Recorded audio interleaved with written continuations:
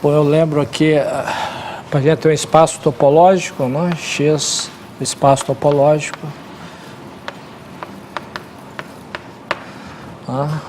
E um ponto base nesse espaço, ponto base. Eu lembro a definição do grupo fundamental de X com ponto base x0, né? Isso é o conjunto das classes de equivalência, não? O conjunto das classes de equivalência que nós vamos chamar de gama, onde gama é um caminho fechado, contínua, com gama de 0 igual a gama de 1, né?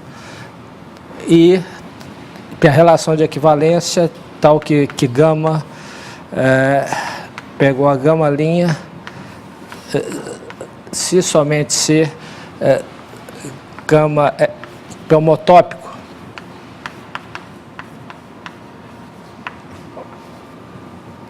para gama linha relativa a 0, 1. Não? Então esse é o grupo fundamental. Isso aí tem uma estrutura de grupo, né, que é dado pela multiplicação, né, gama 1. Essa é a classe de equivalência do caminho que a gente chama gama 1, né?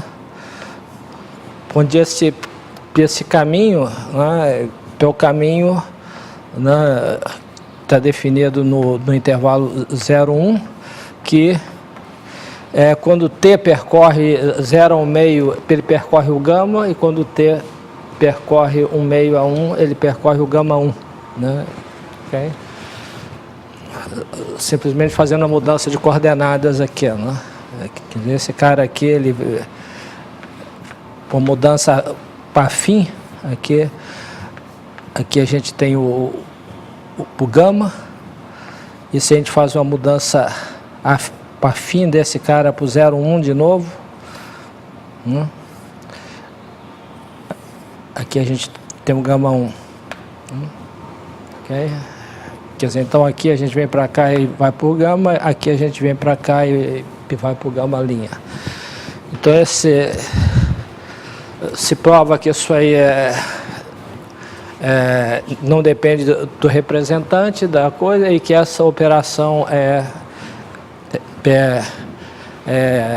associativa, né, mas em geral não comutativa. Então isso aqui é um grupo,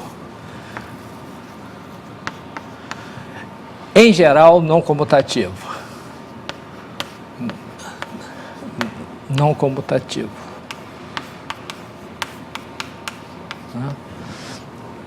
Bom, o que eu quero lembrar aqui ou talvez provar, ou dar uma ideia da prova, é um teorema importante, né, que permite, tipo Maia-Vetores, né, que permite para a gente calcular o grupo fundamental de um espaço quando a gente sabe escrever esse espaço como a união de dois abertos, né, o IV abertos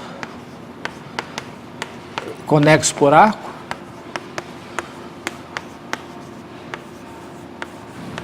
e tal que a interseção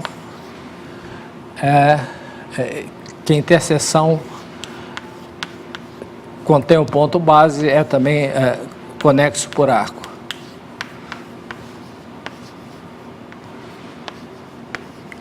Okay. Bom, então nessas condições a gente tem várias inclusões, né? Deixa eu ver como é que eu chamei aqui.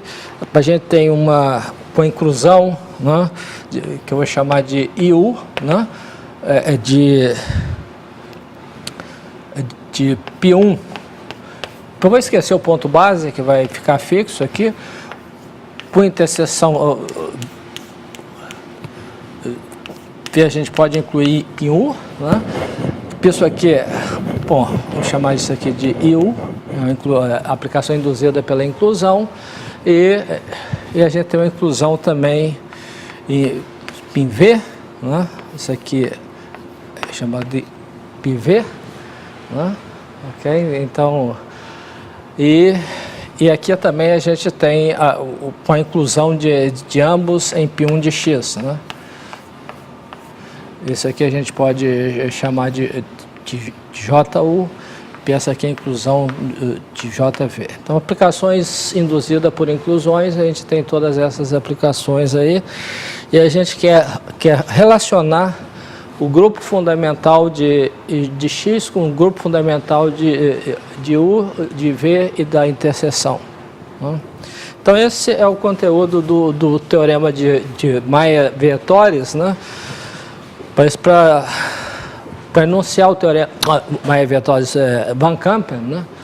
E para enunciar o teorema de Van Kampen, eu preciso antes de uma definição, que é a definição de produto livre de grupos, né?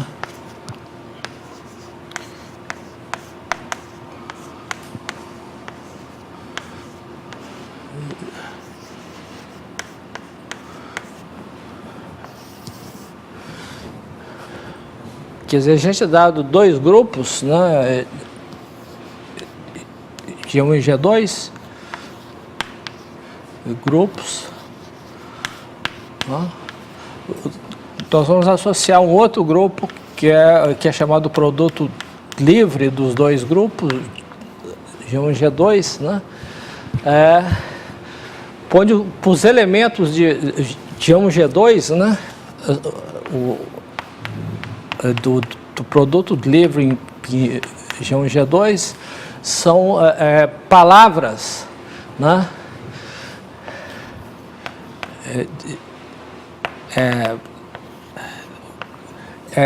cujas letras são elementos desses dois grupos, né, G1, etc., GM, palavras finitas, né, isso aqui é simplesmente uma sequência de elementos, onde cada GJ pertence para GI, para algum dos grupos GI, né? E essas palavras são reduzidas no sentido que cada uma delas é diferente da identidade, né? Ok? E se o GJ pertence a um grupo GI, então GJ mais um não pertence a esse grupo GI, quer dizer, pertence a outro grupo, né? Porque se a gente tivesse duas letras no mesmo grupo, a gente simplesmente multiplicava as duas e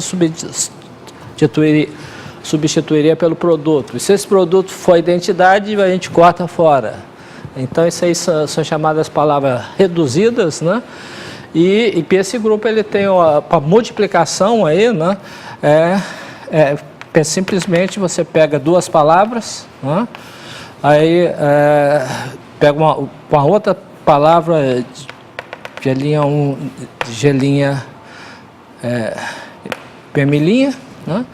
O produto das duas é simplesmente você colocar as duas consecutivas, né? Concatenar as duas palavras e G', né? Eu considero essa palavra reduzida. A gente coloca uma palavra ao lado da outra e a gente reduz, quer dizer, se esses dois estiverem no mesmo grupo, a gente multiplica, substitui pela coisa e assim por diante. Então, pega a palavra reduzida correspondente a essa palavra. Então, essa é a definição do produto e a identidade pegou a palavra vazia, né?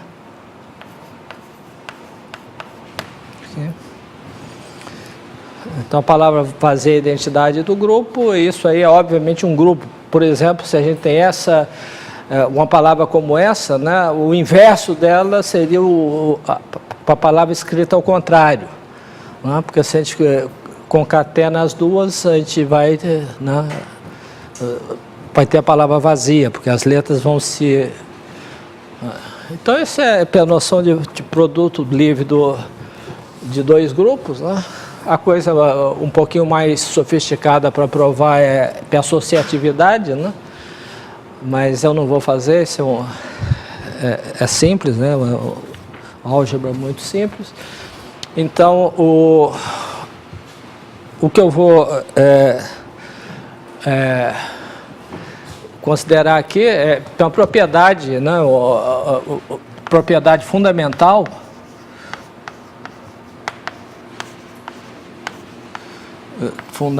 é o seguinte, é que se a gente tem dois grupos, né, e que a gente tem um homomorfismo de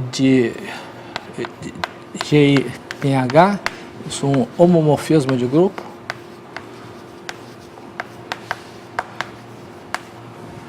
então esse homomorfismo induz, né, um único homomorfismo, né, do produto livre dos dois grupos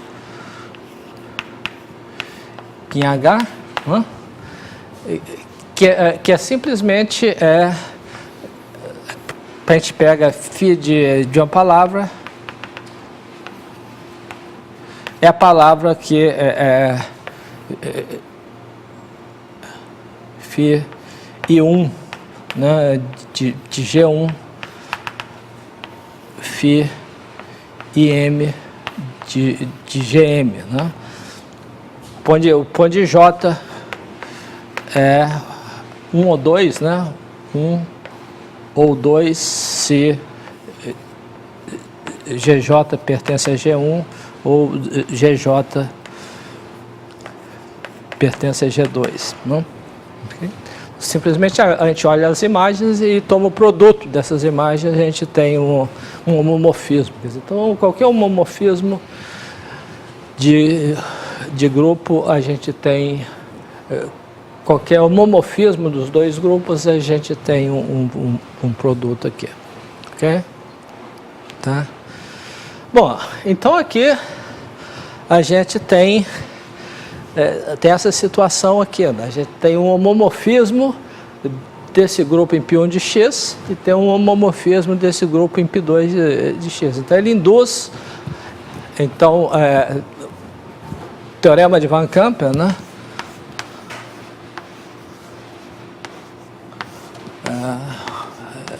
De Van Kampen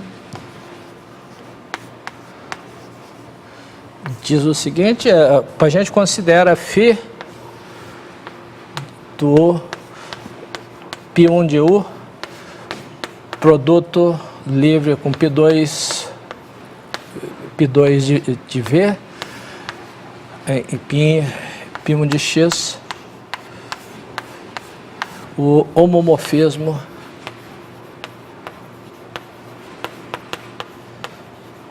induzido pelas inclusões, né?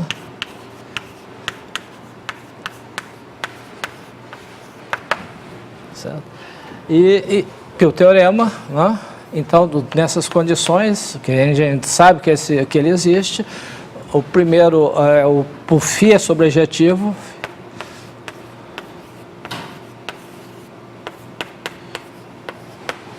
e segundo, o núcleo de φ, quer dizer, o que interessa, a gente quer calcular isso aqui. Então, primeiro é sobrejetivo, a gente tem que ver o núcleo, né?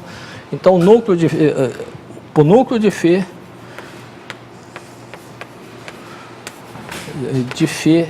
é o subgrupo normal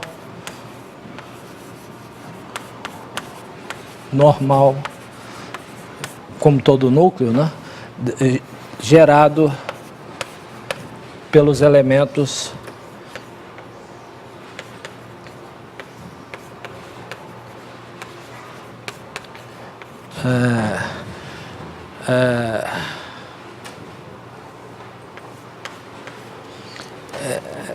como é que é?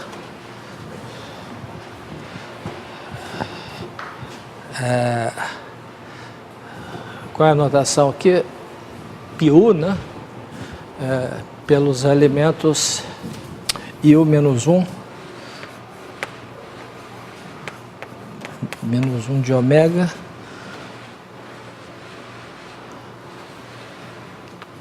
πu de ômega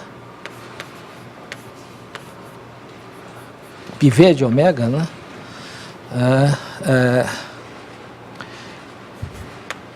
E U de ômega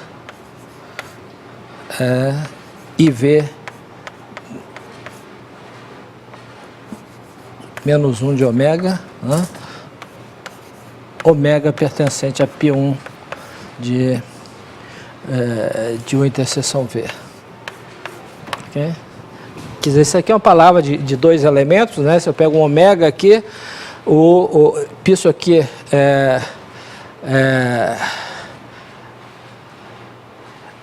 isso aqui está em π1 de U, né?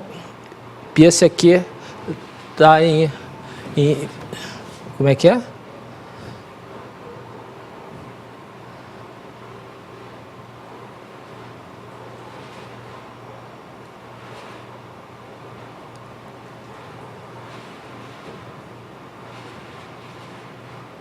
Então, eu quero I1.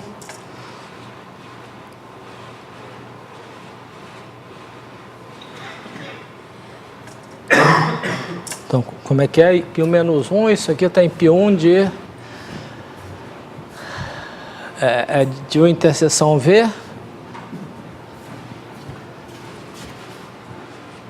Não. CV disso aqui.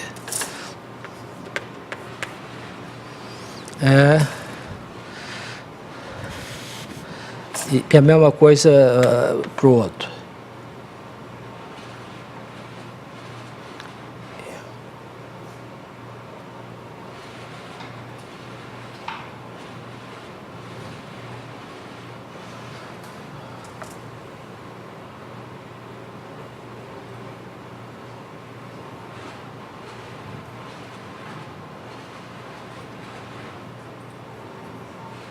E V, não, πU,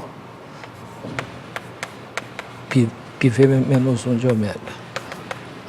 Em outras palavras, se a gente tem um laço, né, contido em coisa, a gente pode tanto considerá-lo como aqui ou como lá. Quer dizer, a gente pode trocar as palavras mudando o grupo, né, se ele estiver na interseção. Okay? Então, esse é o teorema de Van Kampen, né? E em várias aplicações que a gente vai fazer, nós vamos tomar, inclusive, esse aqui é igual a zero, né? Quer dizer, a interseção simplesmente conexa. Se a interseção for simplesmente conexa, isso aqui é um isomorfismo. Okay? Tá certo? Quer dizer, quando a interseção é simplesmente conexa, a gente tem um isomorfismo. Certo? Então eu vou dar uma ideia da prova desse teorema, mas antes disso deixa eu fazer uma aplicação interessante desse teorema, que é o seguinte. Teorema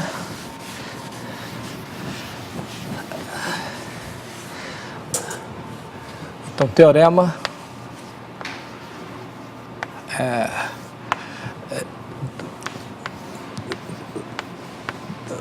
dado um grupo G finitamente gerado,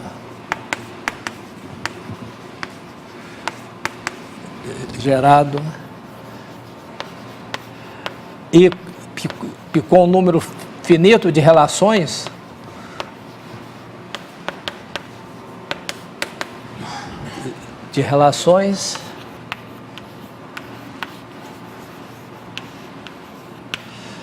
existe uma variedade de dimensão 4 compacta, existe variedade compacta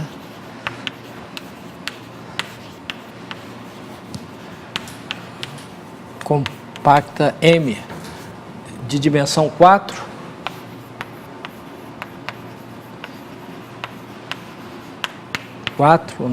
tal que π1 de M pegou a G. Quer dizer, qualquer grupo finitamente gerada e com número finito de relações é o grupo fundamental de uma variedade compacta de dimensão 4. Quer dizer, esse teorema implica em particular, né, o corolário dele, existe um teorema de lógica, né, que implica que a gente não pode classificar os grupos. Quer dizer, você não tem, dado um grupo como esse, não existe um algoritmo que permite dizer se uma palavra nos geradores, se ela é para identidade ou não. Então, isso implica que você não pode classificar os grupos, logo você não pode classificar as variedades de dimensão 4. Quer dizer, tem variedade demais de dimensão 4. E a demonstração desse teorema é muito simples, né? É o seguinte, a gente começa a considerar PS3 vezes S1, né? Que é uma variedade de dimensão 4. Ok? O P1 dessa variedade é o quê? O P1, isso aqui é simplesmente conexa, o P1 de um produto é o produto dos grupos fundamentais, e esse aqui é Z. Então, isso aqui é Z. Quer dizer, o produto PS3 vezes S1 é PZ. Ok? Então, agora, a gente quer calcular, construir uma variedade cujo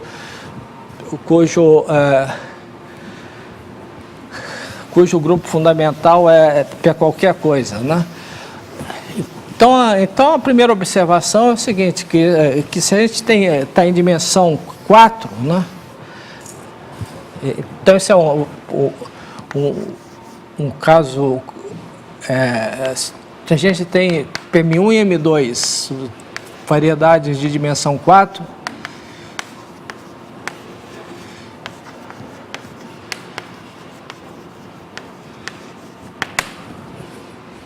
né? Então o P1 da soma conexa, né, de M1 com M2 é exatamente o produto livre de P1 de M2. Okay? Quer dizer, uma soma conexa é quando você pega uma variedade, né? Você pega duas variedades aqui, e aí você tira uma bola de uma, tira uma bola da outra e identifica os dois. Né? Quando você tem uma soma conexa, né, o bordo de uma bola é um S3, né?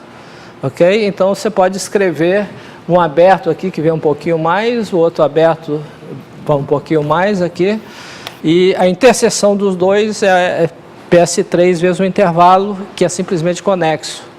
Né? Ok?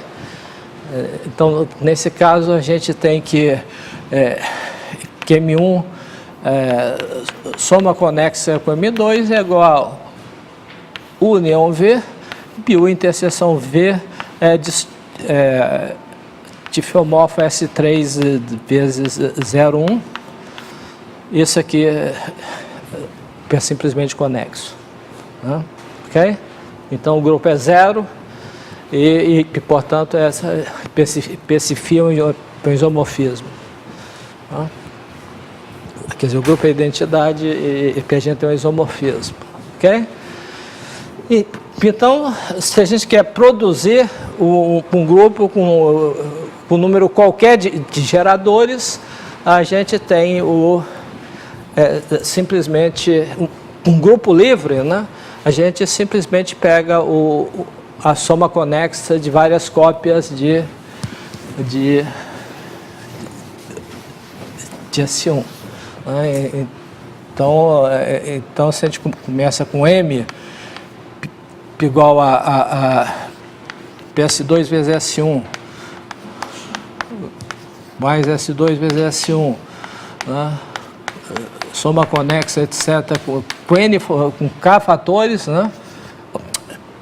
PS3, né? S3 vezes S1, PS3 vezes S1, né? Então o π1 de M, que é o grupo livre, né? Livre com K geradores. Então, posso produzir uma variedade com tal que o grupo fundamental tem um número qualquer de geradores. Ok? Agora eu tenho as relações. Né? Para as relações, tem uma relação que é entre os elementos os geradores, né? São palavras nos geradores que a gente quer que seja igual à identidade. Né? Bom, isso nesse grupo não tem relação nenhuma, então nós vamos ter que mudar a variedade para introduzir relações. Ok? Mas com a relação é uma palavra que vai ser identidade. Né? Ok? Ora, essa palavra eu posso representar, né? Isso aqui, essa palavra é a classe de homotopia, né? de uma curva fechada nessa variedade. Ok? Ora, mas nós estamos numa variedade de dimensão 4. Né? Ok? Então, essa curva fechada eu posso aproximar por uma curva que seja um mergulho, de fato. Okay? Então, eu posso supor que gama, né, é de fato um mergulho de S1 em M, um mergulho. Ok? Ora, eu tenho um número finito de relações, né? Então, esse gama, eu vou chamar de gama J, esse gama J é o mergulho. Né? Cada um deles é um mergulho, um círculo nessa variedade, né? Que representa essa classe de homotopia, e eu posso supor que, por transversalidade, né, eu tenho um número finito de curva, isso aqui, e duas curvas em dimensão 4 transversais não se intersectam, né? Isso aqui, a interseção é vazia para J diferente de J'. Tá certo? Então, tem esses círculos que representam essas relações. Agora, eu quero mudar as variedades aqui, de modo a tornar esses círculos homotópicos a zero. Né? Ok? Então, o que eu faço é, em cada um desses círculos, né, eu tomo uma vizinhança tubular, né, de VJ. Então, VJ é uma vizinhança tubular desse cara, gama J. Eu tenho esses círculos, eu tenho uma vizinhança tubular, para variedade orientável, tudo. Então, essa vizinhança tubular, eu posso tomar duas a duas disjuntas, né? E eu tenho que cada uma delas é isomorfo a S1 vezes D3. Né? Eu tenho um tubo em torno de cada uma delas. Tá certo? Mas o bordo de VJ, o que é o bordo de VJ? O bordo de VJ é S1 vezes o bordo de D3, que é S2. Ok? Então, o bordo dessa vizinhança tubular é S1 vezes S2. Tá certo? Mas S1 vezes S2, isso também é o bordo, né, de D2 vezes S2. Tá certo? O bordo de D2 vezes S2 é a mesma coisa. Tá certo? Então, eu posso tirar fora essa vizinhança e colar essa aqui pelo bordo, porque o bordo é a mesma coisa. Tá? Então, a nova variedade vai ser a antiga, onde eu tirei fora esse VJ e colei D2 vezes S2 nela. Né? Ok? Então, essa curva agora tem D2 vezes S2, mas D2 vezes S2 é simplesmente conexo. Então, Aí eu posso colapsar a curva para zero. Com isso eu produzo as relações, quer dizer, essa nova variedade, com essa mudança aqui, aquelas curvas ficam todas nulas, tá certo? Então com isso eu obtenho o grupo fundamental agora, esses caras agora são nulos, ok? Tá? E assim por diante. E com isso eu produzo as variedades. Então agora eu construo uma variedade cujas que tem exatamente o G como grupo fundamental. Okay? Então isso aí é uma aplicação interessante do teorema de Van Kampen, né? Bom, como é que a gente prova o teorema de Van Kampen? Bom, a gente já tem esse homomorfismo, né? Ok? Já tem esse homomorfismo, né? Por álgebra, né? Por razões algébricas, existe um homomorfismo. Então a gente tem que primeiro mostrar que ele é sobrejetivo, né? E depois mostrar que ele olhar o núcleo dele, tá? Ok?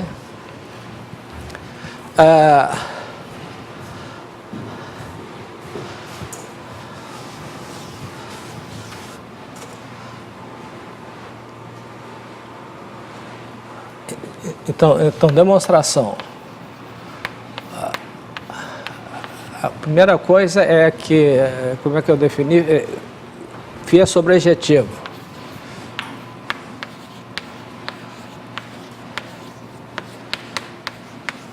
Bom, isso aqui é parecido com o argumento da Maia-Vietoris, né? Quer dizer, a gente tem o quê? A gente tem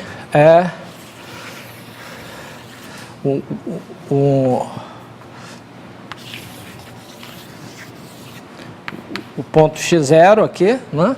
E a gente tem um elemento, uma classe de homotopia de um caminho fechado em x, né? Então esse caminho que está o x, né? Que está a interseção, então esse caminho é um caminho fechado que passeia na união dos dois. Então a ideia aqui é o quê? A ideia aqui é pegar esse caminho, né? E dividir em pedaços, como Maia-Vietoris, onde cada pedaço seja um caminho contido em apenas um elemento aqui. Então, por exemplo, esse caminho não dá certo porque por enquanto ele está em U, mas aqui ele sai de U. Ok? Então eu corto o caminho aqui. Bom, esse caminho ele agora estava em V, né? Agora ele está em U. Ele pode vir até aqui, mas aqui ele vai sair de novo. Então eu posso cortar ele aqui. Ok? Não, aqui não.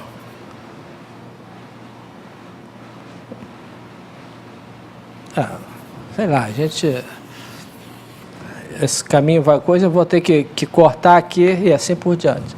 Então eu corto o caminho no número finito de caminhos e agora eu uso o fato que a interseção é simplesmente conexa para eu uno cada corte com x0 e divido esse caminho fechado num produto de caminhos fechados, cada um deles ou está em U ou está em V, que a interseção, e aqui na interseção os caminhos que eu estou acrescentando para ir e voltar para o ponto x0 estão na interseção. Ok? Então, com isso, eu tenho que posso escrever esse caminho gama como um produto de caminhos que estão ou em U ou estão em V. Portanto, isso vai me dar uma palavra aqui, cuja imagem vai dar lá. Ok? Então, esse φ é sobrejetivo. Ok?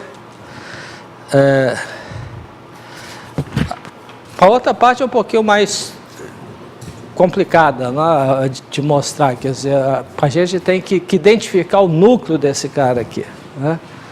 Ok?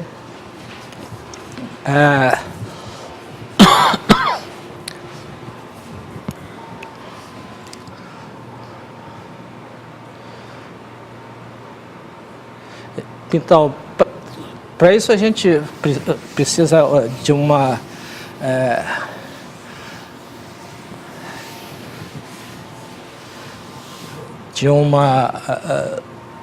definição, né? Quer dizer, a gente pega uma classe gama, então isso aqui é uma definição, né? Eu pego gama, uma classe de homotopia em X, né? Ok? Tá certo?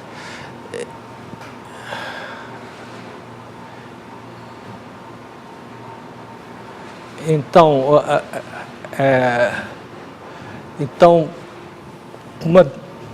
uma fatoração de gama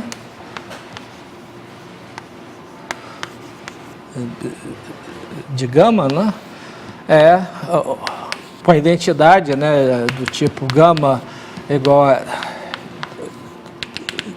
gama 1, etc., gama K, tá? Onde o gama I, né, onde o gama J pertence a P1 de U ou pertence a P1 de V. Okay? Tá? Então, se a gente tem uma coisa como essa, a gente diz que isso aí é uma fatoração de gama. O que a gente fez aqui na existência é mostrar que de fato todo gama tem uma fatoração. Tá? Agora a gente quer ver quando é que duas fatorações vão dar o mesmo elemento aqui. Tá? Que a gente quer olhar o núcleo. Né? Ok? Bom, então, para isso, a gente define uma relação, né?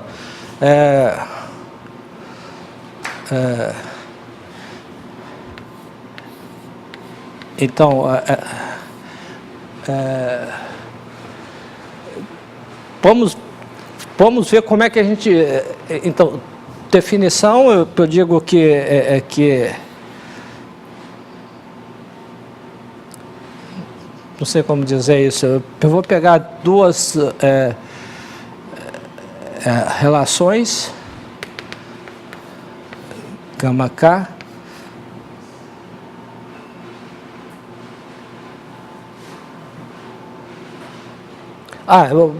eu vou definir uma relação de equivalência, tá? Então, eu digo, primeiro, eu digo que isso aqui vai ser equivalente a gama linha 1, etc., gama linha L, né? Ok? Se uma pode ser obtida da outra pelas seguintes operações, quer dizer,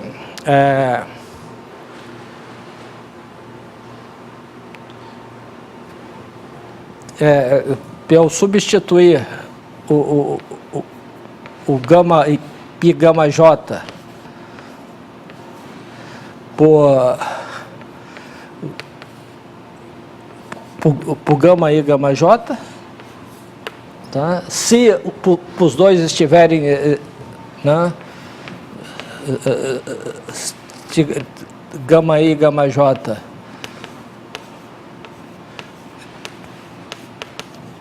estão no mesmo grupo, né? Ao invés de pegar isso, bom, isso aí não altera, quando eu faço essa operação eu obtenho o mesmo elemento aqui, né? Ok? E a segunda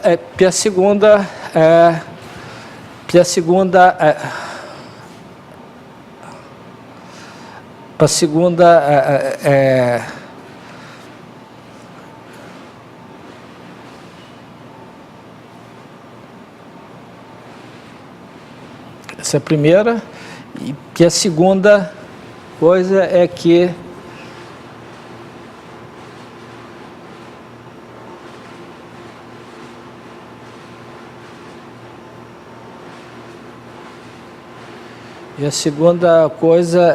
é o quê? A segunda coisa é que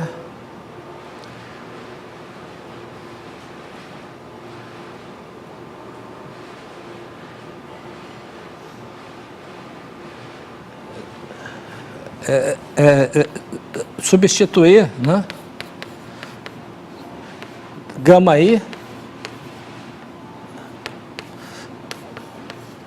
por o quê? Bom, esse gama I tá num ou no outro, né?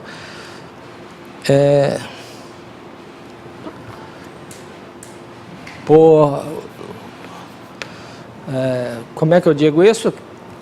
Quer dizer, esse cara pode estar num grupo, digamos, π1 de U, né? Mas ele pode ser a imagem de um cara da interseção, né? Ok? Então,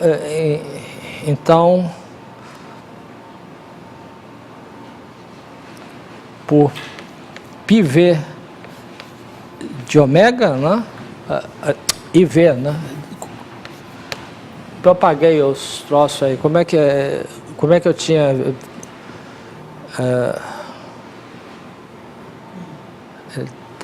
tá em gama e π. Como é que é o negócio? A interseção é J, né? JV de ômega C πV de ômega e gama I. Né? Para aquela inversa, quer dizer, se esse gama I está na interseção, quer dizer, ele é a imagem de alguém da interseção, πU, né? Digamos que ele esteja em π1 de U, mas que de fato ele possa ser representado por um cara da interseção. Então ele é o J, né? Ele é o JU de ômega da interseção. Então eu vou substituir esse cara pelo elemento de π1 de V, que é a imagem do próprio ômega. Ok? E vice-versa. Né? Vice-versa. O JV é no π1 de V para o π1 de X? Não, por JV pelo π1 de U interseção V em π1 de V. Você tinha chamado isso de I. Hã? Antes você tinha chamado isso de IV. Eu tinha chamado de IV? Ah, não, o que eu quero, de fato, não é isso. Isso aqui qual que é essa que eu tinha chamado? IV ou JV? IV. IV, e tem um JV aqui em X, né? π1 de X. Né? Ok? Mas essa decomposição aqui está aqui, né? Ok?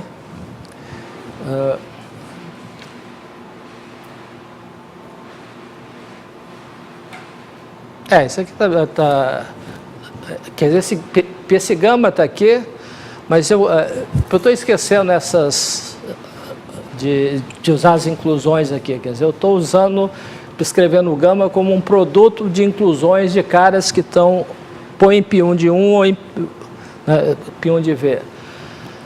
E aqui eu estou substituindo um cara pelo correspondente dele no outro grupo, né, desde que ele esteja na interseção.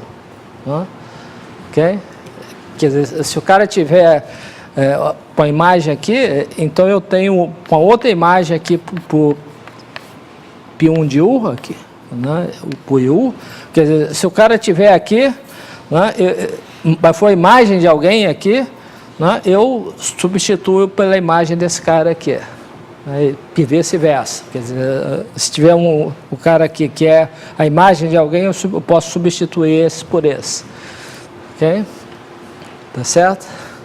Então, mas isso não dá uma relação de equivalência, e eu digo que as caras são equivalentes se tiver uma família finita, né, de cada um equivalente ao seguinte para dar transitividade.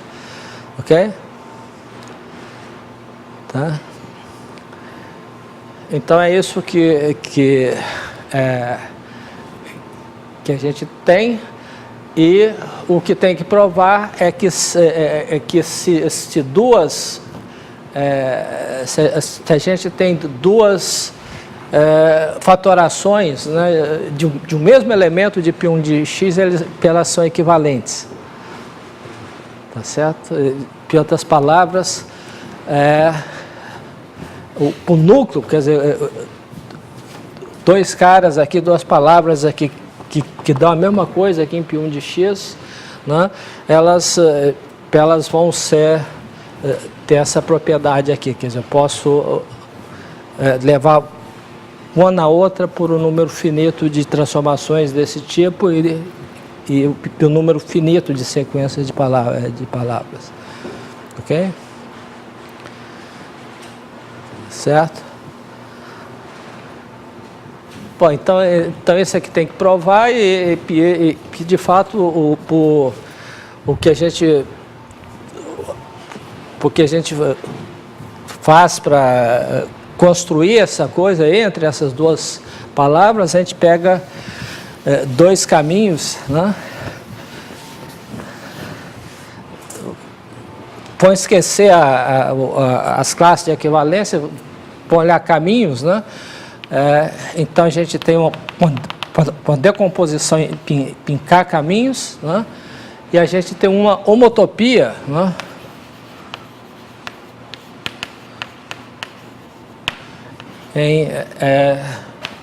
Com gama linha 1 e gama linha L. Okay? Tá? Quer dizer, então a gente tem uma homotopia, né? Esse caminho vamos chamar de gama, esse aqui são gama linha, então as classes representam o mesmo elemento aqui. Né? E essa decomposição como laços, né, caminhas fechadas, dá uma decomposição desse, uma decomposição da outra, e a gente quer mostrar que elas são equivalentes. Tá, ok? Então a gente usa essa homotopia. Né? Então a gente tem a homotopia, né? Aqui a gente tem o gama, aqui tem o gama linha. Né? E aí a homotopia aqui, para essa aplicação, leva isso aqui no ponto x0, isso aqui também, esse lado também vai no ponto x0, e quando eu percorro para esse lado eu vou no gama, aqui o gama linha. Ok? Então o que a gente faz é o seguinte, bom, então tanto o gama e o gama linha estão decompostos aqui em certos pedaços que são essa fatoração aqui. Tá ok? Né? E cada um desses laços aqui está ou tá em U ou está em V. Tá? Então o que a gente faz aqui é dividir, né, esse retângulos em pedaços aqui, né, em retângulos menores aí, tá? De modo que a imagem por F de cada quadrado desse caia ou em U ou caia em V. Né?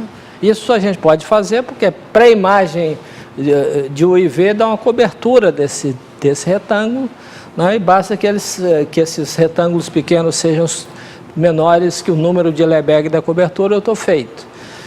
Tá? Eu posso refinar isso aqui de modo que as subdivisões antigas também sejam parte dessa divisão. Então a propriedade agora é que esse retângulo aqui ele está dividido em subretângulos, né, com a propriedade de que cada retângulo desse cai inteiramente por F, né, dentro de um curso. Ok? Que cada curva Se eu pego uma curva qualquer que vai desse lado para esse lado, se eu componho com F, eu tenho um caminho, um laço em X, em torno de x0. Né? Tá ok? Que essa homotopia aqui entre o gama e o gama linha aqui. Okay. Certo? Então a ideia aqui é decompor esse caminho, construir uma família de caminhos aqui que nós vamos decompor, fatorar, e mostrar que cada fatoração vai ser equivalente à fatoração seguinte. Então a ideia a gente evidentemente começa com gama, caminho gama. Né? O outro caminho que nós vamos considerar, depois de gama, é um caminho que começa aqui. Então ele simplesmente faz isso, ele continua como gama e cobre mais esse quadradinho aqui. Então ele vai desse ponto a esse aqui por F. Né? E em seguida a gente pega um caminho que coincide com esse aqui, mas aí cobre mais um quadradinho, etc. Né? Ok? E assim por diante. Se a gente pegar o caminho que começa por aqui, né, os caminhos anteriores, digamos, já cobriram todos esses retângulos. Então a gente vai pegar esse cara aqui que cobre mais um aqui. E assim por diante. Então a gente tem uma família de caminhos, né, que vai de gama a gama linha. Cada um é obtido a partir do outro, contornando apenas um retângulozinho. Ok? Tá? Bom, então a gente vai usar esses pedaços aqui, né, para escrever uma decomposição aqui desse caminho. Então a gente vai ter uma sequência de decomposições. Tá certo? Ora, mas esses caminhos parciais aqui, eles não são caminhos fechados, tá certo? Tá? Porque eu estou usando simplesmente a homotopia. Então eu tenho que olhar para os vértices aqui.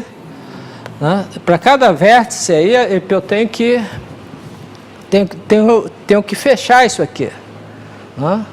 Ora, mas esse retângulo todinho, ele cai dentro de um elemento da cobertura. Né? Ou pode cair na interseção também. Né? E, portanto, a imagem de cada vértice vai dar, né, um ponto em X, que está em U ou em V ou na interseção, e tem um ponto x0, eu posso escolher um caminho especial que vai de x0 a x. Né? Então eu posso olhar esse caminho fechado, né? Então esse ponto, digamos, é esse aqui, então eu escolhi um caminho, esse outro ponto já é outro ponto aqui, eu escolho um caminho para cada coisa dentro do aberto que o retângulo estiver, né? E aí esse caminho aqui eu vou olhar como caminho fechado aqui, que vai por aqui, vai por ele e volta por aqui. E assim por diante. Né? Então cada um desses escadinhas aqui, ela dá uma decomposição, né, desse caminho aqui como um produto de caminhos fechados, né? Cada um desses caminhos dentro ou de U ou de V. Ok? Você vai trocar aquele caminho aqui por esse caminho? Você vai trocar esse caminho aqui? Cada um deles, né? Esse aqui também. Por esse caminho triangular ali. Hein? Você vai trocar por esse caminho triangular. Esse caminho aqui, né? A justa posição desse caminho, com esse caminho, com esse caminho, com esse caminho, com esse caminho, com esse caminho. Né? Ok? Então eu vou substituir cada lado aqui por esse aqui, ó, por esse caminho fechado. Então tem uma família de caminhos fechados e cada um deles contido dentro de um dos abertos, então eu tenho uma fatoração. Né? Bom, agora é fácil comparar um com o seguinte, porque só tem um retângulo de diferença. Né? Então a gente prova que cada um deles, quando você passa de um para o outro, quer dizer, por exemplo, o caminho anterior aqui era simplesmente esse aqui, né? Sei lá, que vinha para cá, e você vai mudar por esse outro que ao invés de vir direto, ele dá essa voltinha em torno desse retângulo. Né? Então, com isso, a gente prova que que cada um é equivalente ao seguinte, nesse sentido aqui, eu posso obter por uma mudança, por uma homotopia, né, dentro desse retângulo aqui, por exemplo. Que é uma homotopia dada pelo próprio F aí dentro daquele retângulo, leva um no outro. Ok?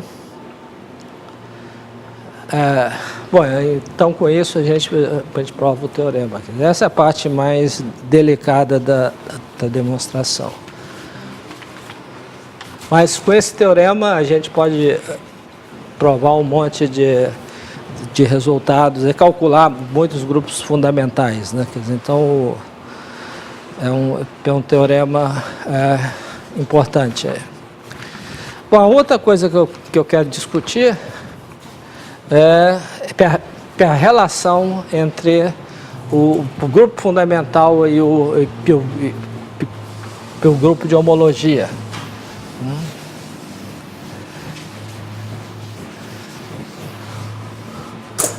Então, o segundo tópico de hoje vai ser a relação entre P1 de x, né, pH1 de x, que é a homologia singular de x. Né? Okay?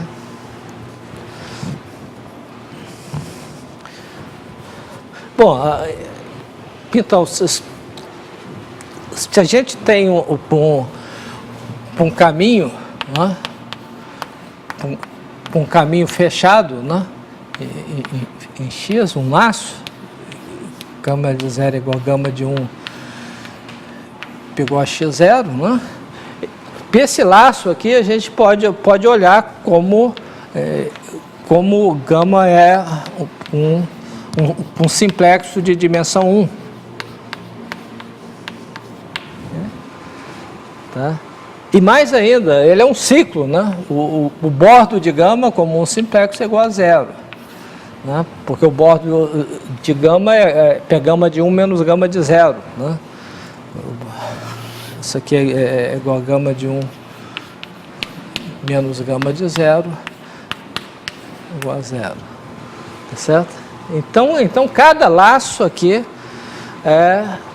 nós associamos um ciclo, né? Okay? Que é portanto, tem uma classe de equivalência de coisa.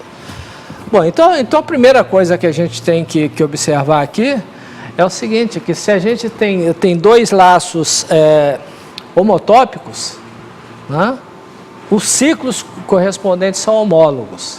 Né? Então nós vamos dizer, notação, né? Eu vou chamar que gama é homólogo para gama linha, né? Homotópico, né? Somente se existe f, né, de 0,1 vezes 0,1 em x, uma homotopia que faz isso, né? Faz o gama linha x0, x0. Leva isso aqui no x0, isso aqui no x0, isso aqui no gama, isso aqui no gama linha. Eu vou dizer que gama, pois é um ciclo, né? Ele é homólogo para gama linha, se somente se gama menos gama linha pegou o bordo de um simplexo sigma. Ok? Quer dizer, se a diferença é um bordo. Né? Então, a primeira observação para definir um homomorfismo aí entre os dois grupos é que a gente pode passar a classe de equivalência. Né? Então, a primeira observação é que se dois ciclos são homotópicos, né? Isso implica que, como dois caminhos fechados, né, são homotópicos, se somente se eles são homólogos. Se somente se, não. Homotopia implica que são homólogos. Né?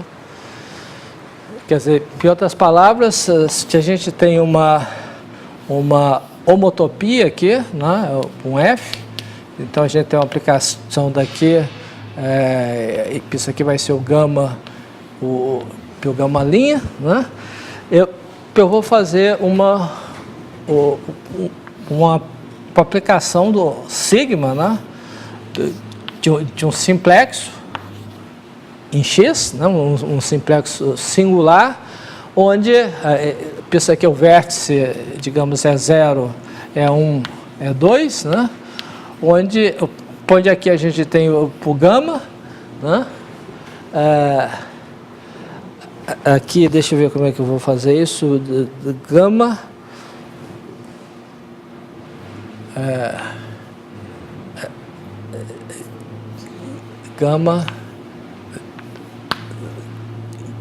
gama linha, e aqui eu vou colocar tudo isso em x0.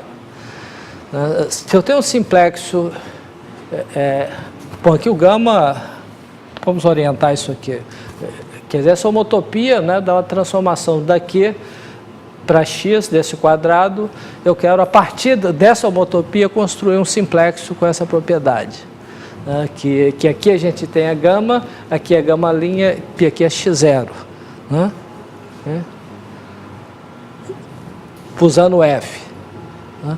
Então, a ideia aqui é simplesmente você colapsar isso aqui, né, e esse lado vai chegar nesse, esse aqui vai colapsar, então aí você vai ter o gama linha e o gama. Ok?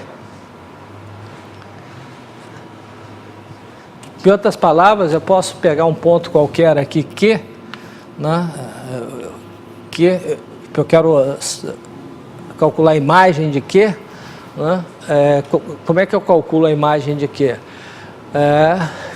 Eu posso olhar a seguinte coisa, eu pego esse ponto aqui, né, vou chamar esse ponto de Q', né, então esse Q' é um ponto que está entre E1 e E2, né, ok? Então Q' eu posso escrever como sendo, deixa eu ver qual é a ordem certa aqui, Q' é igual a T2 mais 1 menos T1, né? Porque está nesse lado aqui, uma combinação convexa de E1 e E2, eu posso escrever dessa maneira para algum T. Né? Que dado o Q', o Q é uma combinação convexa de Q' com E0. Né? Então, o Q, né, é igual a S Q', né, mais 1 menos S E0. Porque para S igual para 0 eu tenho E0, para S igual a coisa eu tenho Q'. Tá? Aí eu defino o sigma de Q é igual, por definição, F de ST, né? PF de ST. Então, sigma é contínuo e tem exatamente essa propriedade aqui. Né? Okay? Quando S igual para 0, né, isso, PS igual a 0, por Q igual a... Não, PS igual a 1, aqui, né? Então, S igual a 1, né? Para S igual a 1, eu tenho que o Q igual a Q', né? Então eu estou desse lado aqui, e esse lado corresponde a esse lado aqui, que é o x0. Né? Então todo esse lado aqui, ele vai no x0. Né? E quando eu faço o Q', né, igual a 1, isso corresponde a T igual a 0. Né? T igual a 0, aqui eu estou tomando T e S. T igual a 0 eu tenho o gama. Tá? quando eu faço o t igual a 1, que eu estou no E2, né? T igual a 1 corresponde ao gama linha, né? É o gama linha, né? Então isso aqui implica que o gama é homólogo à gama linha, tá? Ok? Tá certo? Porque gama mais o caminho constante menos gama linha é homólogo a zero. Ok, então com isso, com essas duas propriedades, né, quer dizer, com implica que existe um homomorfismo, que existe uma aplicação φ de π1 de x em H1 de x. Para H1 de x. Né? Que a classe de gama aqui, né, associa a... Bom, agora a gente tem que usar uma outra notação para homologia aqui, digamos que a classe de homologia de gama, do ciclo gama. Ok? Então essa aplicação está bem definida porque dois caras homotópicos, os correspondentes são homólogos. Bom, a segunda coisa é mostrar que ele é um homomorfismo. Então a segunda coisa é que φ é homomorfismo.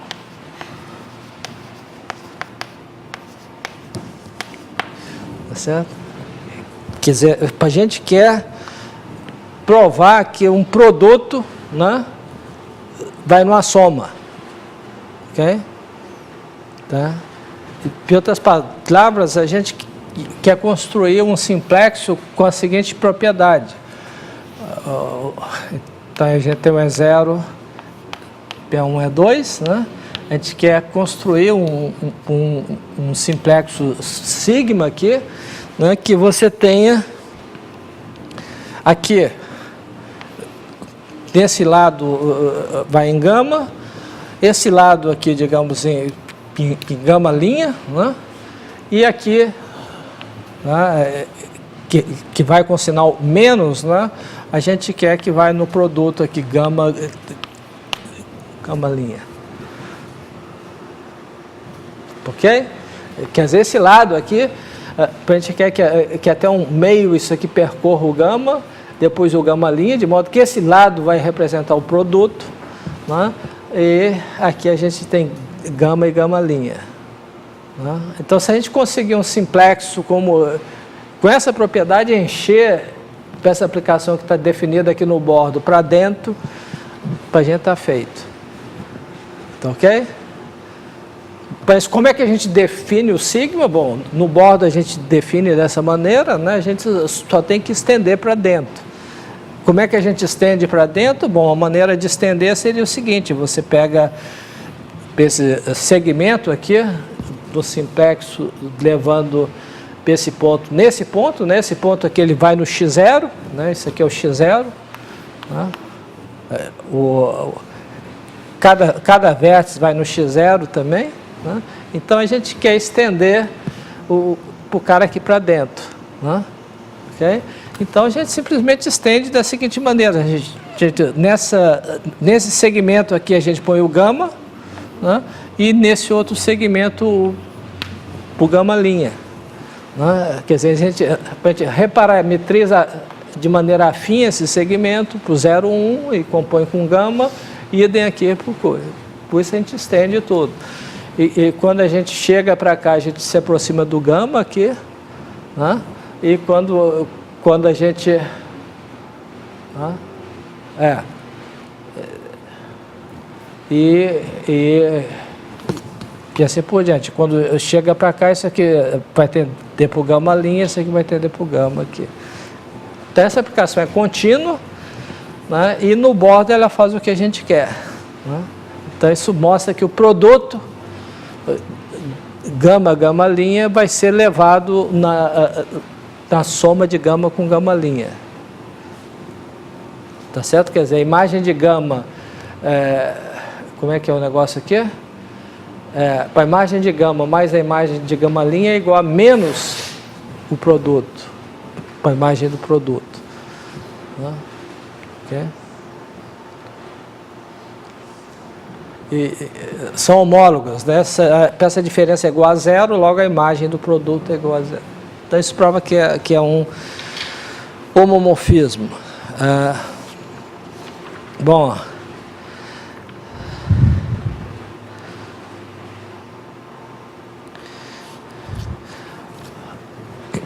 então a terceira parte a gente quer mostrar que é um isomorfismo, né? Que é isomorfismo não, que tem um núcleo, né? Não pode ser isomorfismo porque o H1 é comutativo e o outro não necessariamente. Então, como o H1 é comutativo, esse φ tem que ter um núcleo, né? Porque o comutador é elevado no zero. Né? Quer dizer, o núcleo de π contém um comutador. O que a gente vai provar é que ele é exatamente o comutador e que é sobrejetivo. Então, a próxima etapa é mostrar que φ é sobrejetivo.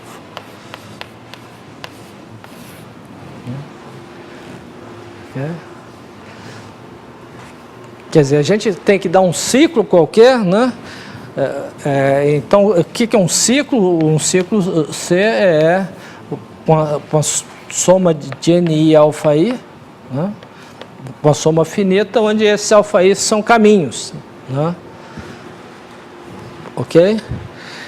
E ele é um ciclo, né? Um ciclo significa que zero é igual ao bordo de Z, é igual a soma em I, né? De NI, o bordo de alfa I é simplesmente alfa I de 1 menos alfa I de 0. Okay. Tá certo? Então a gente tem uma coisa que um ciclo aqui, o que a gente quer produzir agora é um caminho fechado, cuja imagem vai dar esse ciclo aí. Okay? Ora, esses caminhos alfa I não são fechados, então a gente tem que fechar esses caminhos. Né? Então a gente tem que construir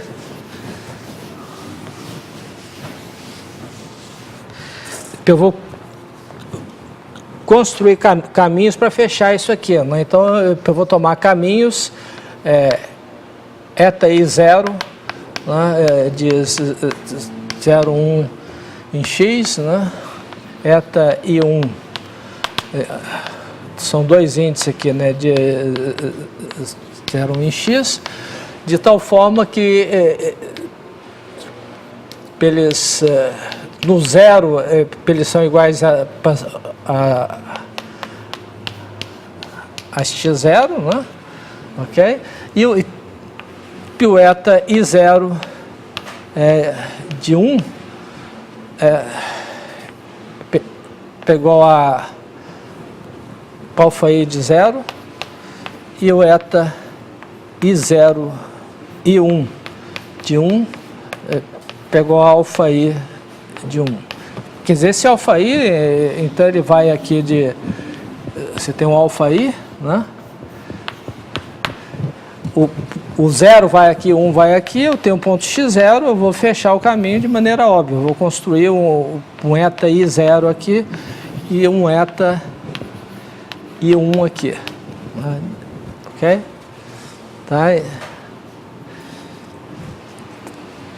Tá certo? Mas eu não quero uma coisa totalmente arbitrária aqui, né? Porque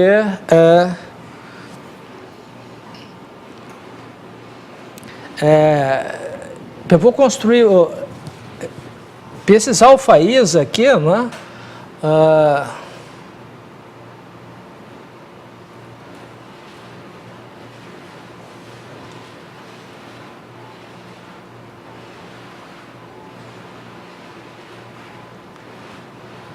A priori, né, eu podia ter um outro alfa J, né, aqui, por exemplo. né, com ponto inicial aqui. Então, para esse outro αj, eu não vou definir, o eta j de 0 vai ser igual ao eta i de 0. Vou construir um caminho para cada ponto inicial só, né, e um caminho para cada ponto final. Quer dizer, se dois caminhos nessa família que tiverem os mesmos pontos inicial no mesmo ponto final, eles vão ter, o caminho correspondente vai ser o mesmo aqui. Okay? Quer dizer, em outras palavras, esses caminhos eu vou construir com essa propriedade mais uma outra propriedade que é eta ij de 1 igual a eta lk de 1. Não. Então, ij.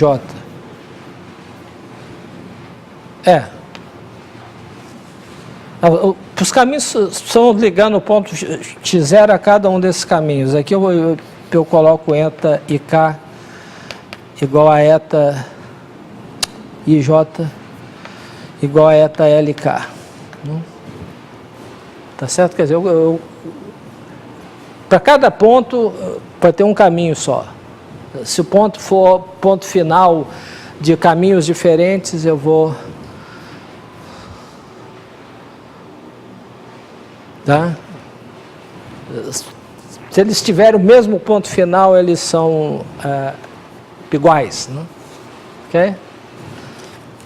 Quer dizer, eu não vou construir outro caminho aqui dessa maneira se tiver um outro cara saindo daqui. Eu uso o mesmo caminho. Tá? Essa é a ideia da construção. E agora, com isso, né, eu tenho que esse Z, né,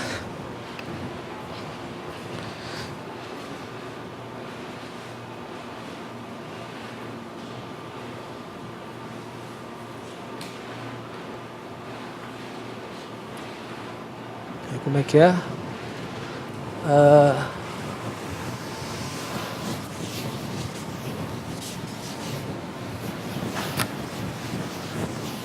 Peraí, deixa eu ver o que eu vou fazer aqui. Tá.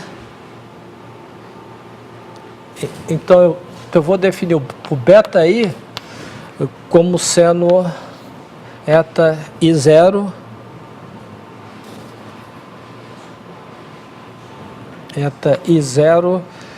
alfa i mais, né,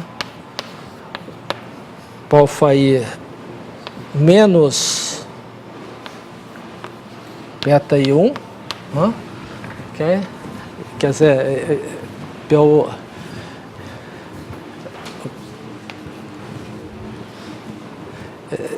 esse caminho aqui, né, mais esse, menos esse, né, e esse é o beta i, e eu vou definir o gama i análogo ao beta i, só que vai ser bom, isso aqui é uma cadeia, né, e esse aqui vai ser um caminho fechado, né, beta i0, alfa i, beta i1 para menos 1.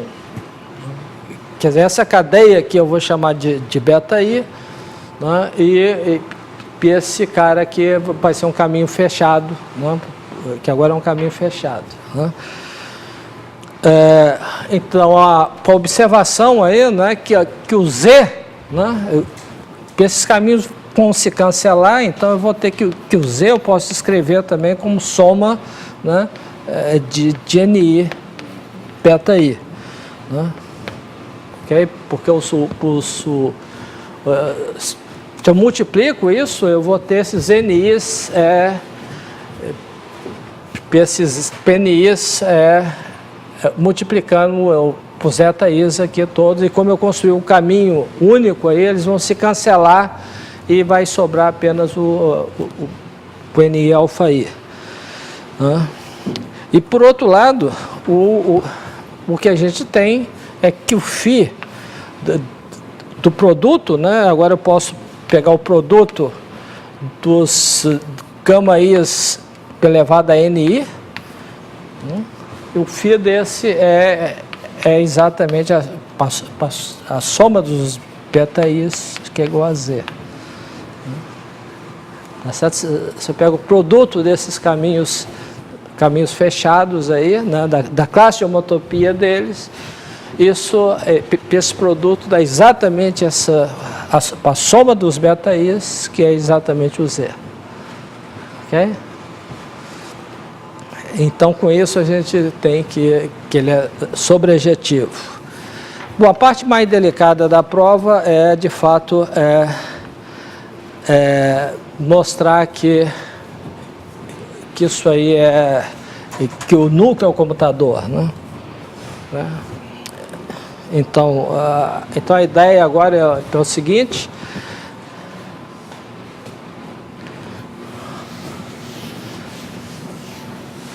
a gente precisa de um critério para saber quando é que o núcleo está no computador, né?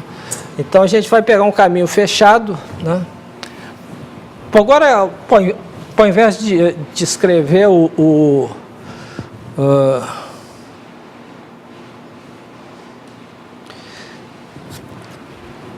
caminho, né, como eu tomei aqui, em geral, né, se eu decomponho como um produto elevado a NI. Tá? Pois eu vou decompor de outra maneira, que é equivalente, que é o seguinte: eu pego um caminho do tipo αi elevado a εi, onde esse εi é mais ou menos 1. Né? A ideia aqui de escrever dessa maneira é que eu não estou supondo que os alfaís sejam distintos, eles podem se repetir. Né?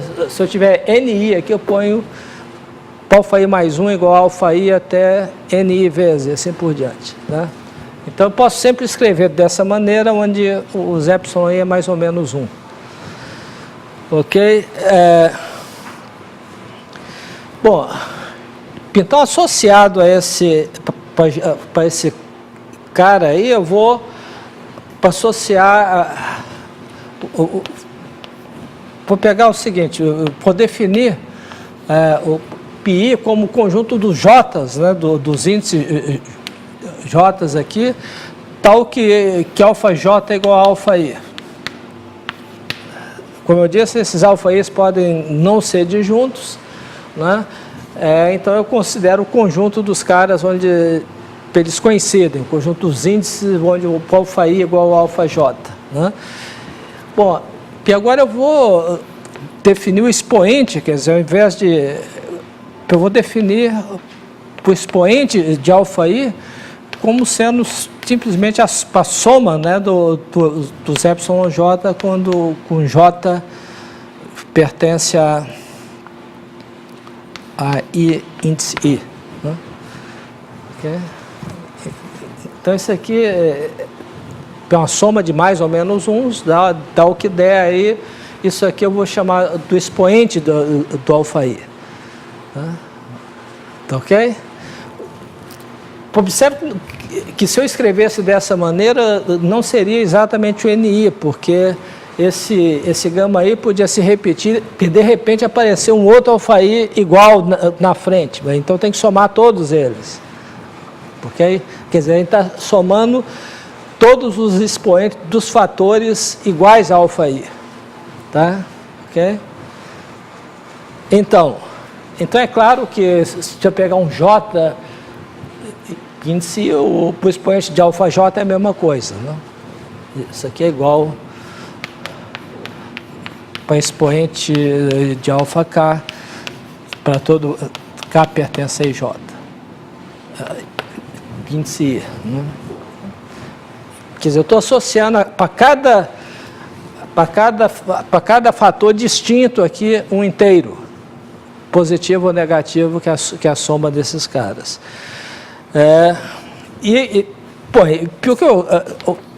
O que a gente quer considerar agora é o seguinte: vamos pegar o espaço quociente, né, do π1 de x por π1 de x pelo comutador.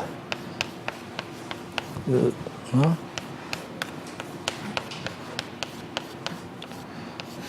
Pega o subgrupo normal gerado pelos comutadores, pega o quociente e aqui você tem a aplicação quociente. Né? O que a gente quer mostrar é que esse cara de fato é isomorfo ao H1. Né? Ok? Então, a primeira coisa é um lemazinho aqui, que diz o seguinte, que se... Então o lema diz o seguinte, é que se o expoente de αi igual a zero para todo i, né, isso implica que o Q de gama é o produto aqui, né? P seu gama, Q de gama é igual a zero. Okay. Quer dizer, se esses expoentes aí forem zero, aí a imagem da classe de gama que vai no zero. Ok? Isso aí é bem intuitivo, tá certo? É óbvio, num certo sentido. Por quê?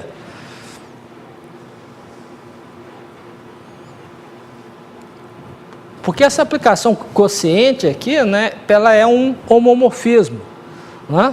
Se ela é um homomorfismo, produto vai em soma aqui. Tá? Ok? Tá certo? Então, o expoente aqui, então esse produto aqui, né, a imagem dele vai ser uma soma de epsilon vezes a imagem de αi. Tá certo? Ora, mas para aqui embaixo está tudo comutando. Né?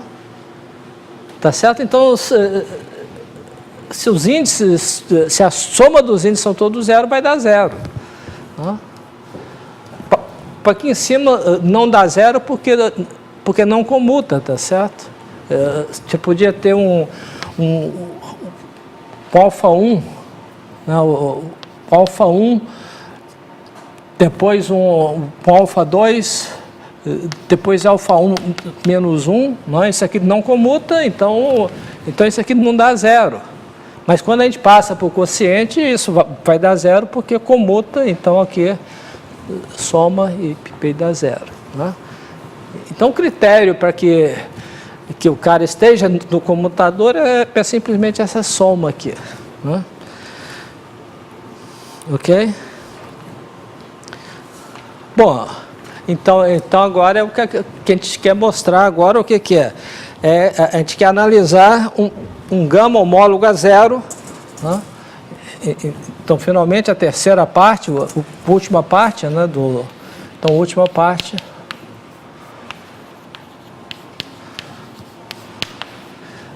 A gente tem que pegar um gama homólogo a zero.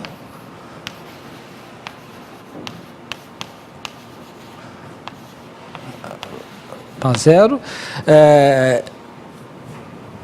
Isso aí significa que gama, né,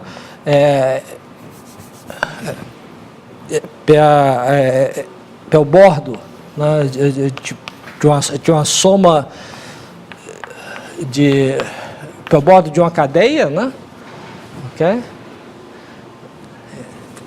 Uma soma em I, e bom, o bordo é linear e o bordo de sigma I, né, isso aqui a gente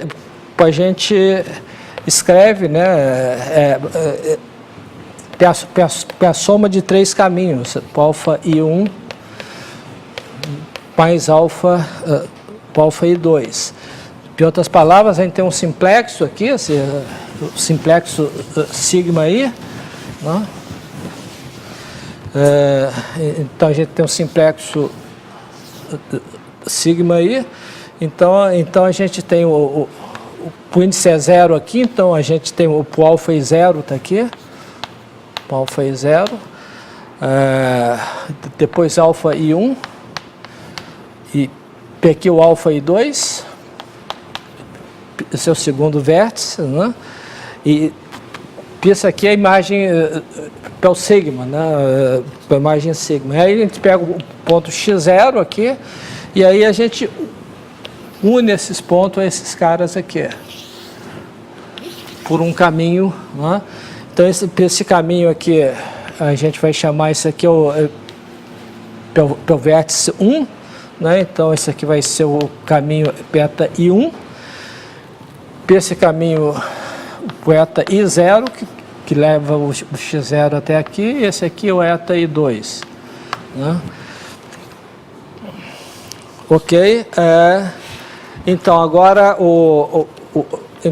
então agora a gente considera os caminhos fechados, né? O beta I0 é igual a eta I1 alfa I0.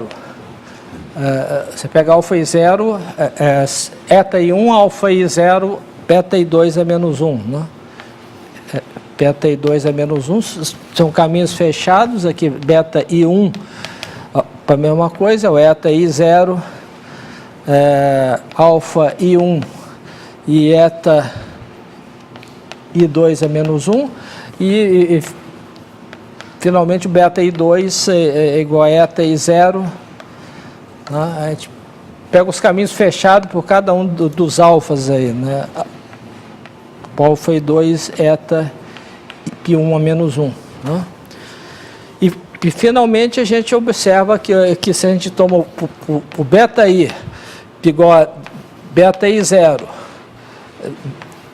beta I1 para menos 1, beta I2, né? Isso aqui, né? Se a gente escreve isso aí, a gente vai ver que isso aí tem vários cancelamentos aí, né? Como caminhos, eta I1, alfa I0, alfa I1 a menos 1, alfa I2, beta I1 a menos 1, né? Ok? Quer dizer, a gente vem para cá, percorre esse caminho aqui, depois volta para cá, né? Agora isso é um homotópico a zero, né? Então isso aqui é um homotópico a zero, é um homotópico a x0, relativamente a 0,1. Né? Okay? Então esses beta I's aí são todos nulos, né? Portanto o produto de beta I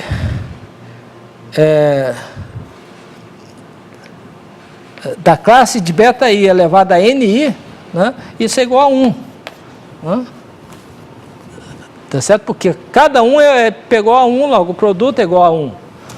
Okay? Então, esse produto é igual a 1, portanto, a gente tem que o gama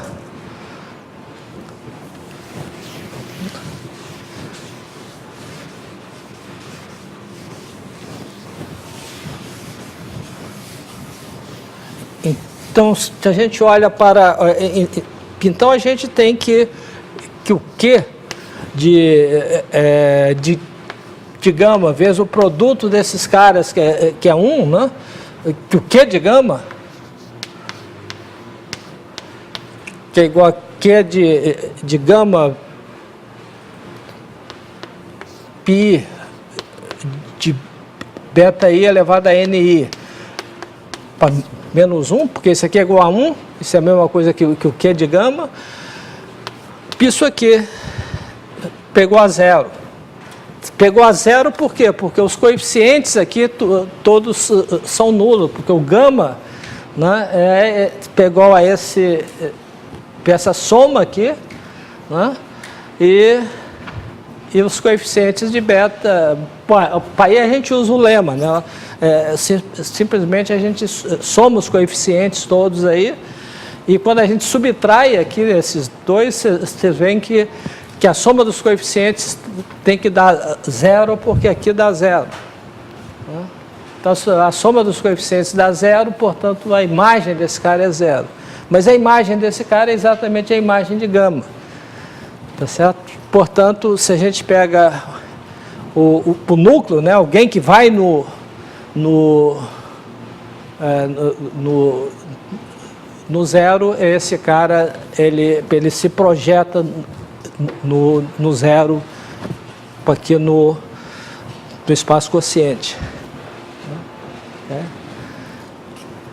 Tá certo? Portanto, a aplicação induzida, quer dizer, em outras palavras, a gente tem uma aplicação, tem duas aplicações aqui, né? Tem a aplicação de P1 de x, pH1 de x, que é comutativo, né? E tem uma aplicação que eu chamei de Q aqui, de P1 de x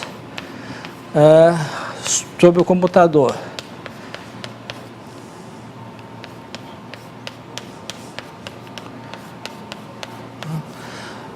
Bom, essa aplicação aqui é um homomorfismo, né? Como esse cara aqui é comutativo, né? O núcleo o comutador tem que ir no zero, né? Isso significa, né, que existe essa aplicação Q' daqui para cá, né? Tá certo? Porque o núcleo desse cara contém o comutador, então ele baixa para cá. Porque a gente provou lá que a última prova é que se alguém vai no zero aqui, ele baixa do zero, então ele está no computador. Então esse Q' é bionívoco. Então é bionívoco e sobrejetivo, é isomorfismo. Então Q' é isomorfismo.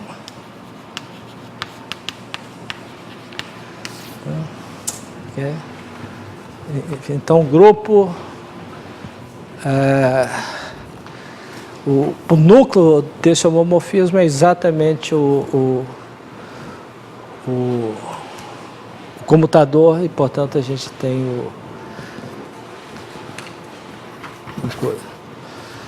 Bom, então na próxima aula eu vou falar um pouco sobre grupos de homotopia de dimensão maior.